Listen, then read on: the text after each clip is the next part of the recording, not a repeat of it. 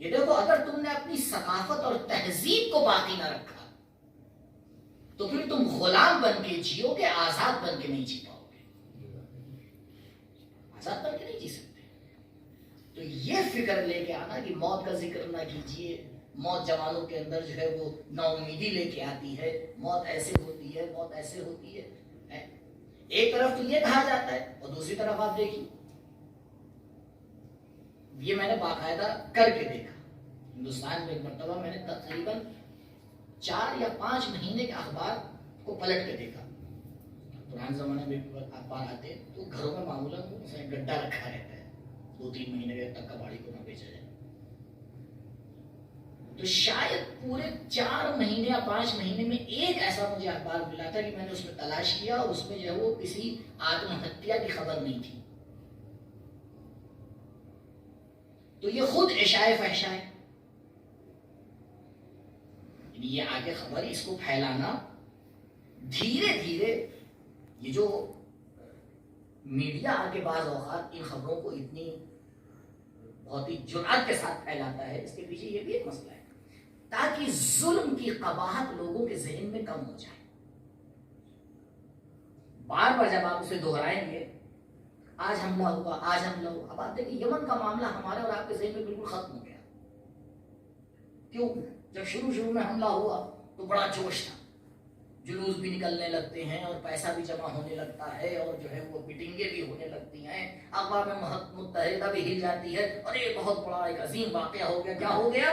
سعودیہ نے جو ہے وہ یمن کے اوپر حملہ کر دیا، اور چند دن گزرے، دھیرے دھیرے دھیرے دھیرے دھیرے ہو وہی رہا ہے جو پہلے دن ہوا تھا،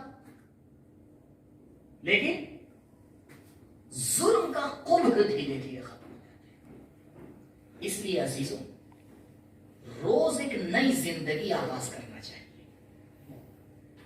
اگر عادت پہ زندگی بسر ہونے لگی تو مسئلہ یہی ہو جاتا ہے، کہیں ایسا نہ ہو کہ یہ روز روز کا انسانوں کا مرنا ہماری ایک عادت بن جائے۔ نہیں، اپنے بارے میں ایک بار غور کر کے دیکھنا کہ یہی معاملہ تمہارے ساتھ بھی ہو سکتا ہے۔ کل نفس ذائقۃ الموت۔ آیت اللہ جوادی عامری حفظ اللہ اس آیت میں بہت پیارا ایک نقطہ بیان کرتے ہیں، کہتے ہیں یہ آیت زندگی کی دعوت ہے۔ آپ دیکھیں جیسے ہی آیت پڑھی جاتی ہے لوگوں کے ذہن میں موت منڈرانے لگتی ہے، کہتے ہیں نہیں، اس آیت کو پڑھنے کے بعد انسان کے ذہن میں زندگی آنا چاہیے، کیونکہ ایک ہے ذائق اور ایک ہے مذوق۔ اگر آپ کے سامنے کھانا پیش کیا جائے اور آپ سے کہا جائے قبلہ چکھ لیجئے، کیونکہ 22 رجب کی نظر جو چکھی جاتی ہے، لیکن چکھنے میں بھی حالت خراب ہو جاتی ہے، کیونکہ کثرت اتنی ہوتی ہے اس کے اندر، کیفیت چاہے کتنی کم ہو، کبھی کبھی مسئلہ یہی ہو جاتا ہے کہ وہ چھوٹی چھوٹی سی چیز جمع ہو کے بہت بڑی ہو جاتی ہے۔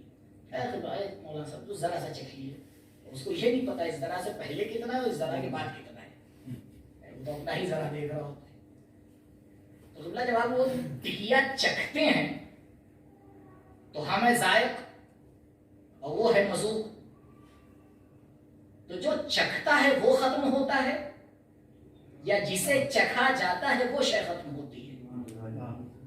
کا نفس ذائق ہے، کل نفس ذائقۃ الموت، موت مذوق ہے، ذائق صفت ہے، موت صفت ہے نفس کے لیے، تو نفس جو ہے وہ چکھتا ہے، موت کو چکھا جاتا ہے، تو موت کی موت کا یہاں پہ ذکر کیا جا رہا ہے جسے حیات کہا جاتا ہے۔ درود پڑھیں بر محمد و آل محمد، صلی علی محمد و آل محمد وعجل فرجہم۔ یعنی انسان کو حقیقی زندگی تو موت کے بعد ملتی ہے، کیوں؟ کیونکہ اس زندگی میں ہمیشہ اس کا کان اس بات کے اوپر کھٹکتا رہتا ہے کہ ملک الموت کب آنے والے ہیں۔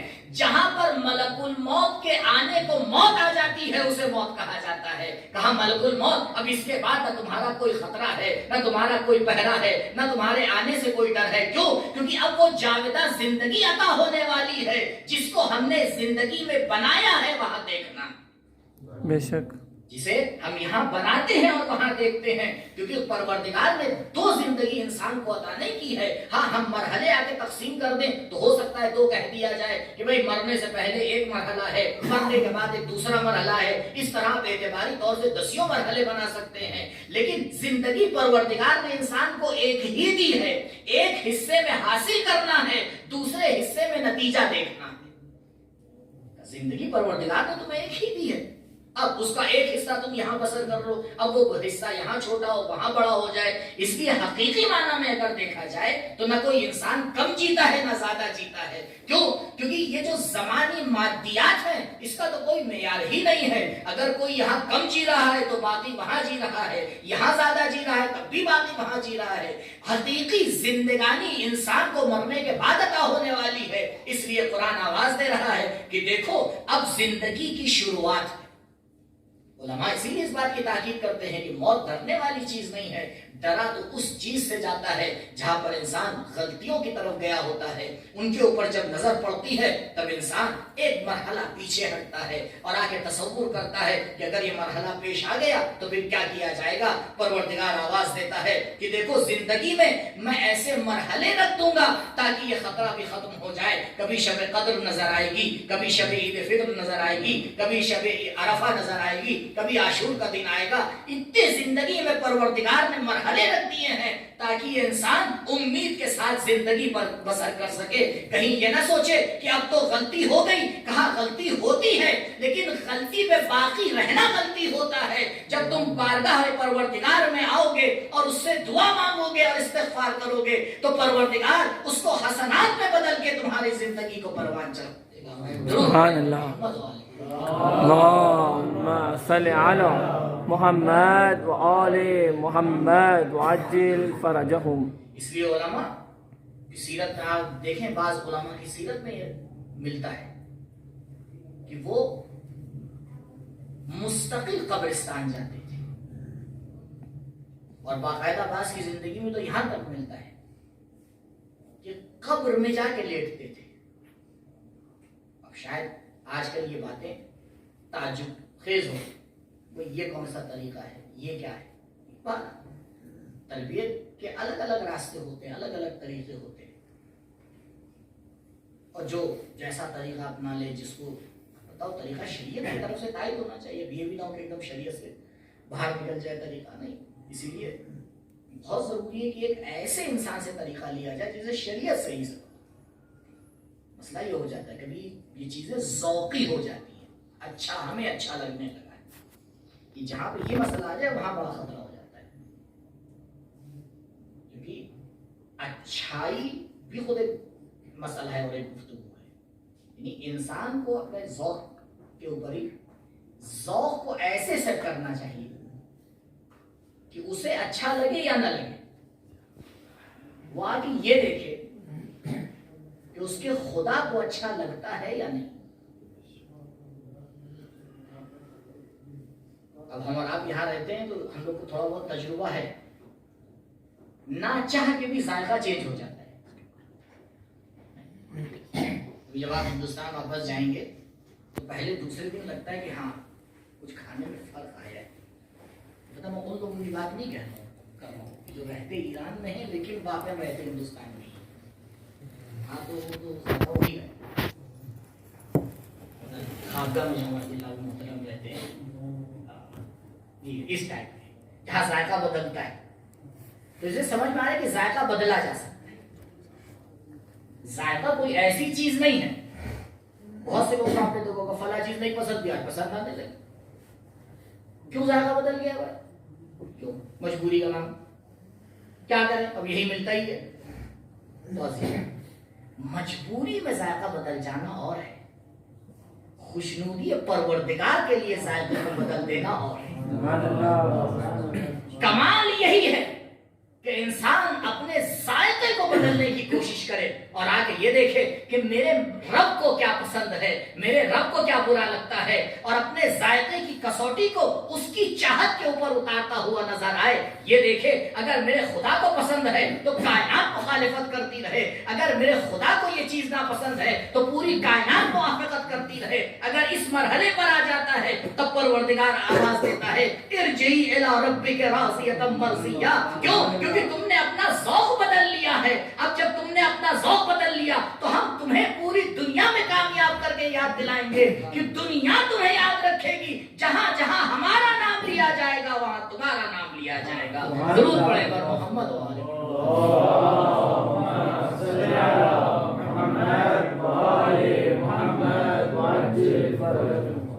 یہ ایک اہم کام ہے انسان کی زندگی میں۔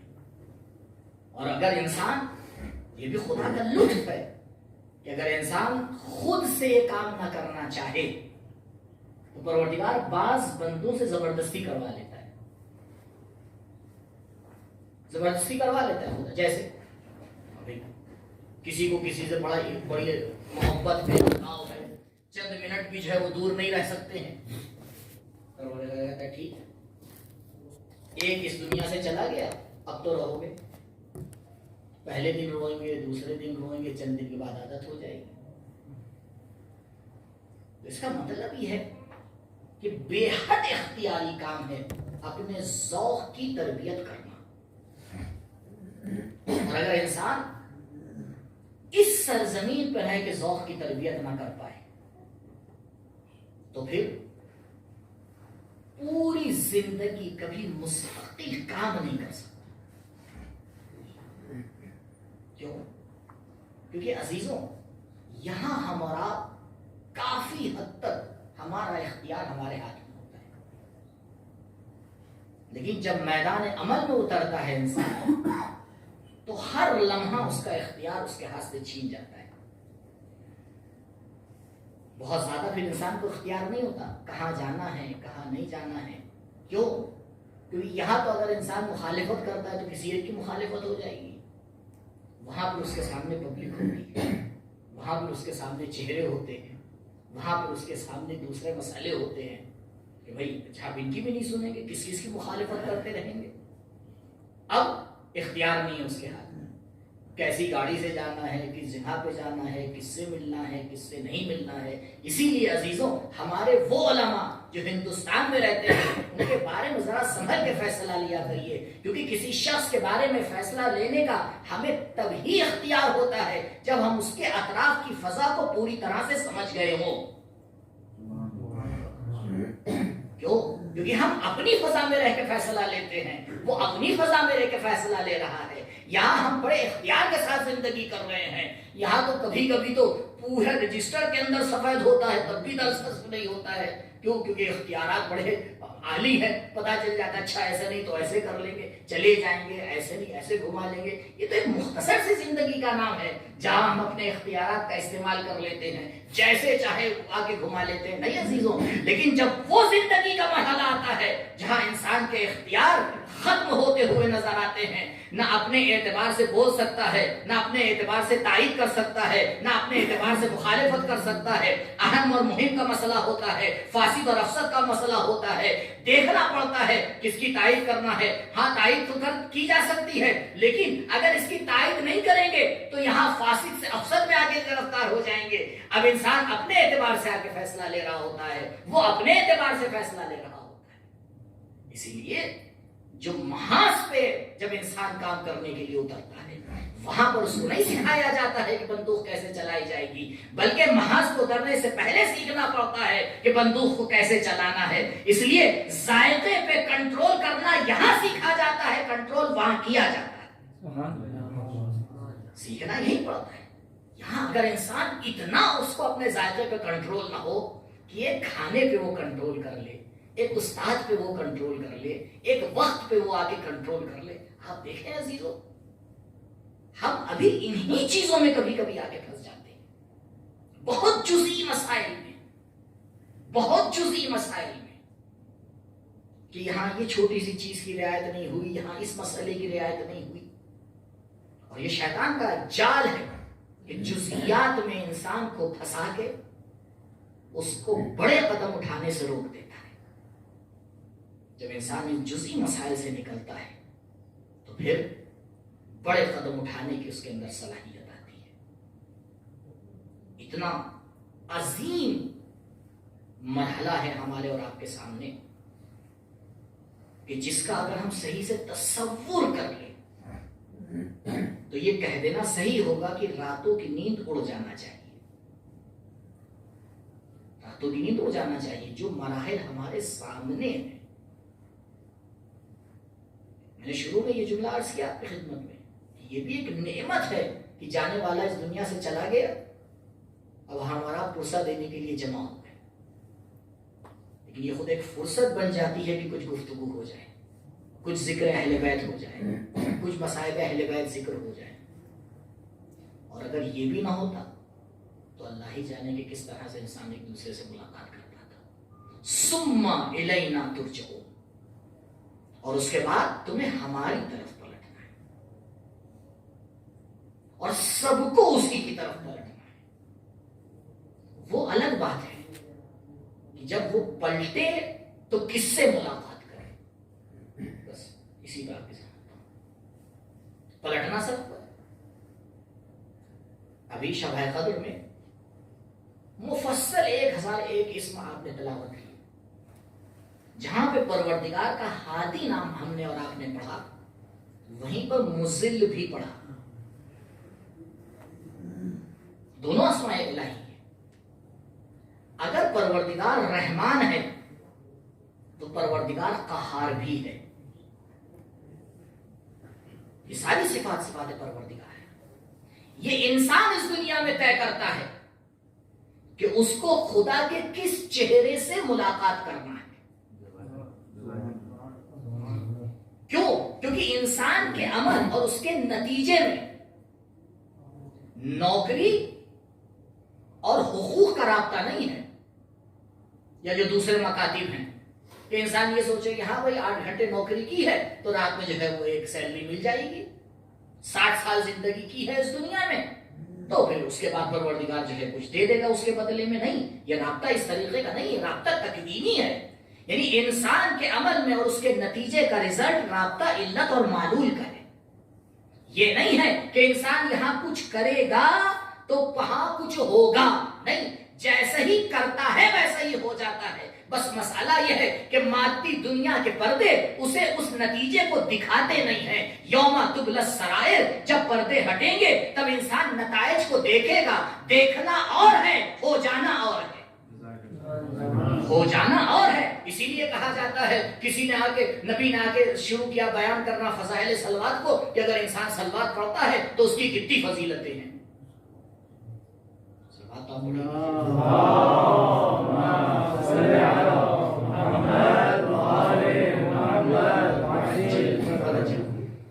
تو کسی نے آگے بڑھ کے کہا کہ یا رسول اللہ تب تو بڑے جو ہے وہ باغ اور درخت اور اس طرح کی چیزیں ہمارے لیے جنت میں بن گئی ہوں گی۔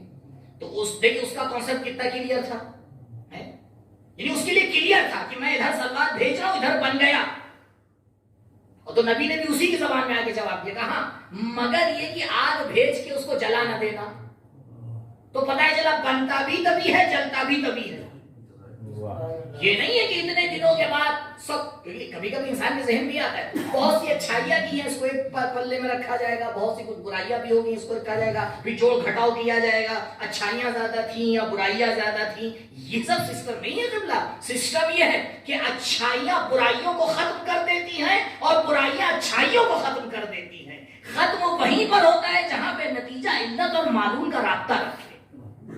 اگر انسان اسی حقیقت کے اوپر آ کے سوچنے لگے کہ میرے عمل اور اس کے نتیجے کا رابطہ علت اور معلول کا ہے تو پھر بڑے غور سے نکاح بھی کرے گا۔ اسی لیے کہا گیا ہے کہ نکاح بھی شیطان کا ایک تیر ہے۔